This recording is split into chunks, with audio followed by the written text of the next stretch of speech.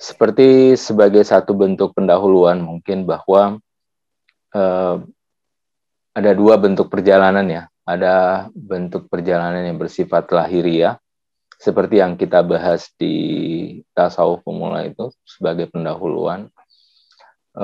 Perjalanan lahiriah itu adalah perjalanan yang sifatnya fisik, materi. Kalau misalnya kita berangkat, apakah dari Jakarta ke Bandung atau dari satu titik ke tempat lain, itu pasti ada jarak dari satu titik kita berangkat dan jarak dari tempat kita tujuan ya.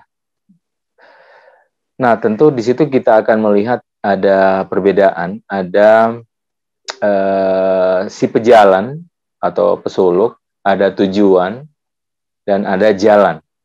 Jadi ada kendaraan, ada tujuan, ada pejalan, ada jalan. Itu kita lihat jalan itu kalau dia bersifat fisik, ketiga ini terpisah. Si pejalan, pesuluk, tujuan misalnya dari Jakarta ke Bandung, Bandung tujuannya, dan si pejalan, jalan, dan tujuan itu adalah tiga hal yang terpisah. Nah, tetapi perjalanan rohaniah spiritual, dia bukan sesuatu yang terpisah seperti itu, tapi dia adalah sesuatu yang menyatu. Jadi pejalan saya, jalannya juga saya, yaitu jiwa saya, tujuannya juga ada di dalam diri saya. Makanya para sufi menyebut perjalanan ruhaniah atau suluk ini bersifat horizontal. Horizontal bukan vertikal. Bersifat vertikal bukan horizontal. Kalau perjalanan fisik itu adalah perjalanan horizontal. Dia yang menyebabkan keterpisahan antara saya yang berjalan, tujuan di satu tempat dengan jalannya adalah tiga hal yang terpisah. Tapi perjalanan ruhaniah, perjalanan batin adalah satu bentuk perjalanan yang bersifat vertikal, dia ke atas, dan semuanya ada dalam diri. Jadi pejalan saya, jalannya jiwa saya, tujuannya juga ada di dalam diri saya, itu Tuhan. Karena wa ana aqrabu ilaihi min hablil warid, dalam Al-Qur'an kata Allah Subhanahu wa taala, aku lebih dekat dari urat leher dan aku bersama kalian dimanapun kalian berada. Jadi banyak ayat-ayat dan hadis yang menjelaskan tentang begitu dekat Tuhan terhadap diri kita sendiri. Nah, sehingga tujuan ada dalam diri, pejalan saya, jalannya juga jiwa saya. Makanya persuluk ini adalah suatu bentuk perjalanan yang bersifat vertikal di dalam diri. Nah, kalau Bapak Ibu sekalian lihat di grup ya, apa yang saya posting tentang beberapa pembahasan yang ada di beberapa pembahasan ini. Oh ya, maaf, slide boleh dimunculkan, saya lupa. Mungkin panitia bisa munculkan. Nah, kalau kita lihat di grup, di situ kan ada beberapa ini ya, ada beberapa tahapan mulai dari iman sampai kemudian yang kedua tiga itu adalah tentang ketunggalan ya, kebersatuan. Nah, saya tidak menaruh semua di sini karena kita nanti lihat waktu seperti apa, karena ini 6 sesi. Sementara yang kita bahas 23 stasiun. Nah, nanti kita berjalan ke depan, kita lihat seperti apa. Mudah-mudahan waktunya cukup.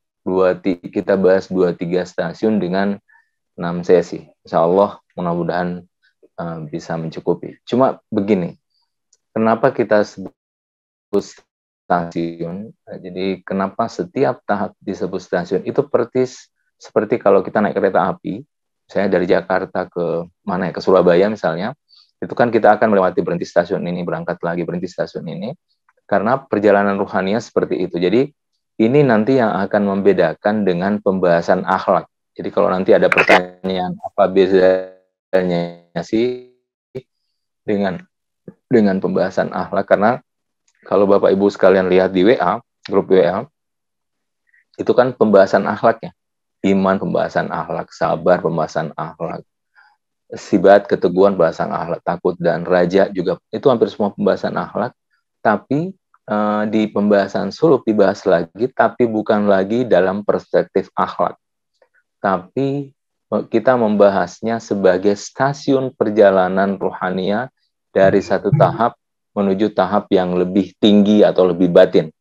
Tinggi di sini sebenarnya dalam pemaknaan lebih batin. Jadi kita berjalan ke dalam diri kita dari batin menuju batin kita sendiri. Yang kemarin ada yang bertanya dengan postingan Rumi itu, yang mulai berjalan dari diri melalui diri ke diri yang paling batin. Itu maksudnya dari diri melalui diri ke dalam diri yang paling batin, karena perjalanan ini adalah satu bentuk perjalanan yang bersifat vertikal dari satu stasiun menuju stasiun selanjutnya. Nah, jadi kalau pembahasan akhlak itu tidak ada pembahasan tentang stasiun.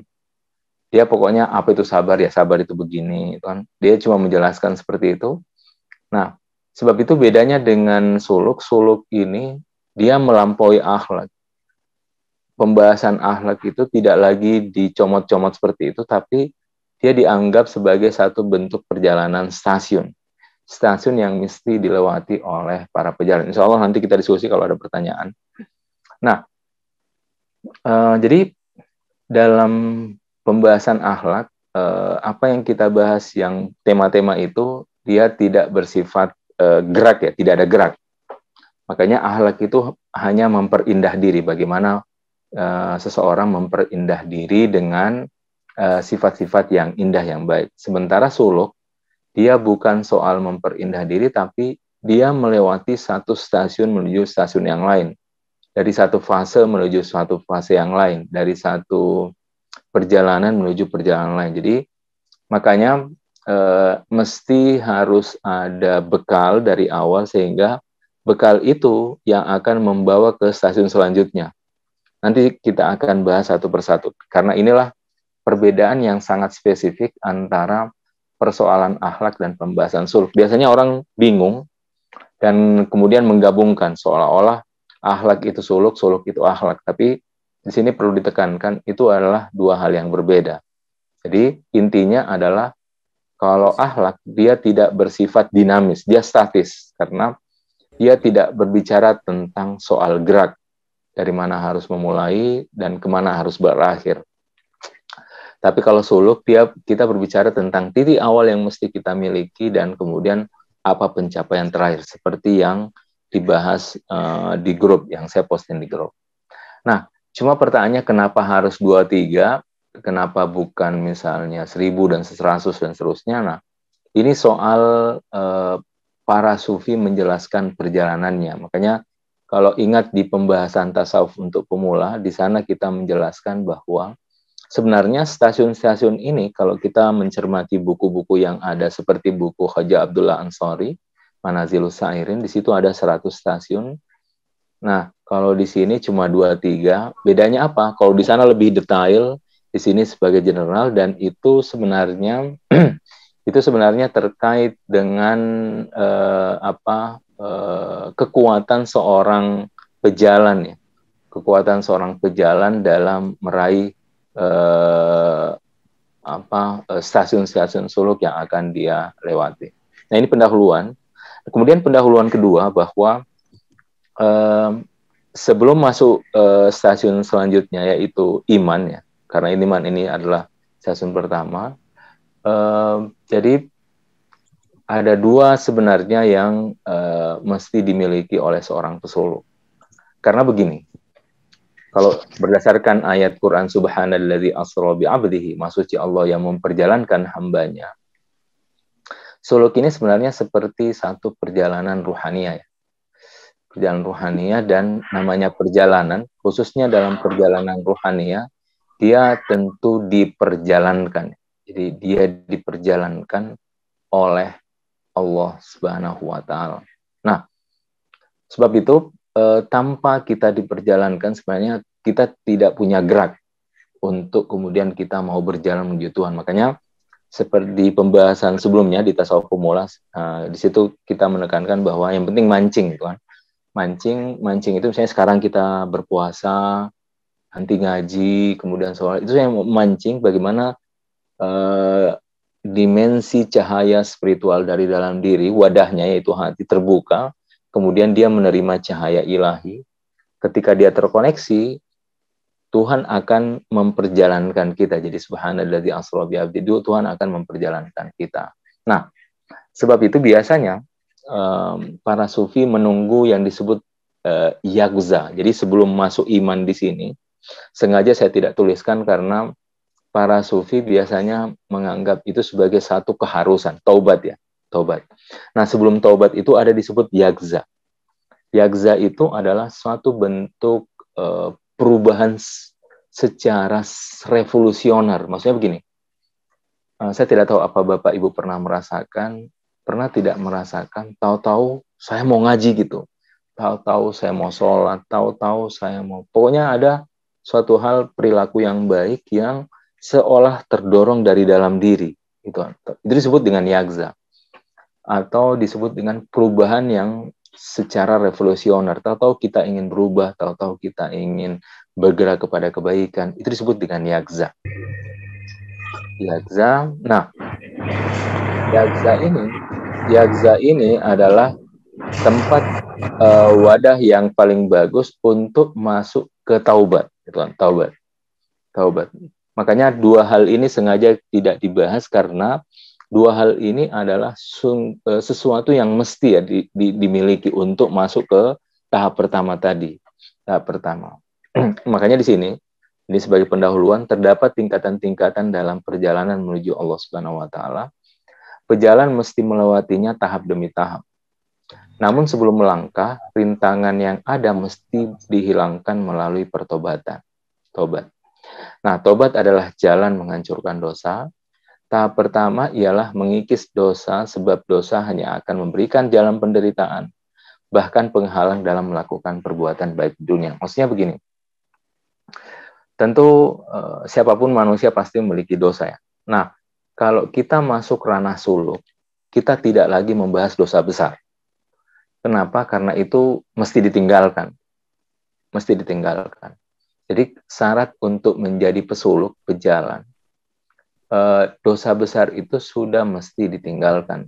Yang kita ingin coba untuk hilangkan adalah disebut dosa-dosa yang tersembunyi. Nanti kita lihat satu persatu. Nanti kalau kita masuk satu persatu, kita akan menyadari ternyata banyak sekali dosa-dosa khafi, dosa-dosa tersembunyi di dalam diri kita yang tidak kita sadari. Tapi itu sebenarnya menjadi hal yang penghalang luar biasa untuk kita terkoneksi secara spesifik kepada Tuhan. Karena itu yang kita inginkan sebagai seorang pejalan. Bagaimana kita memiliki siratul mustaqim, jalan lurus, keterhubungan secara spesifik kepada Allah Subhanahu wa taala. Nah, saya ulangi, hal yang modal utama itu adalah yagza. Dan biasanya yagza ini gift. Yagza itu adalah perubahan revolusi. Tahu-tahu saya mau baca Quran, tahu-tahu saya mau sholat, tahu-tahu saya mau sedekah. Kan biasa terjadi ya dalam diri ya. Seperti ada dorongan batin dalam diri. Nah, ketika itu datang, kita harus menggunakan dengan baik. Kita harus menggunakan dengan baik untuk masuk dalam pertobatan gitu. Jadi ketika yagza datang, gunakan momen itu untuk bertobat kepada Allah Subhanahu wa taala. Makanya kalau anjuran para sufi itu sebaiknya jangan tiap hari bertobat. Kenapa? Karena jika tidak ada rasa yagza yang mendorong manusia untuk merasakan sesuatu yang kita alami, akhirnya itu menjadi satu rutinitas. Karena istighfar, taubat itu kan suatu bentuk pengakuan ya. Pengakuan yang kita alami, yang pernah kita lalui, yang membekas dalam diri, dan kita berserah diri kepada Tuhan untuk melakukan pertobatan. Sebab itu, taubat itu sebaiknya dilakukan saat ada yagza, saat ada dorongan dalam diri untuk ingin benar-benar melakukan satu bentuk perubahan revisional dalam diri. Seperti itu. Nah, jadi ketika ini datang, barulah itu modal utama untuk masuk di kaidah selanjutnya. stasiun selanjutnya, yaitu stasiun tentang iman ini.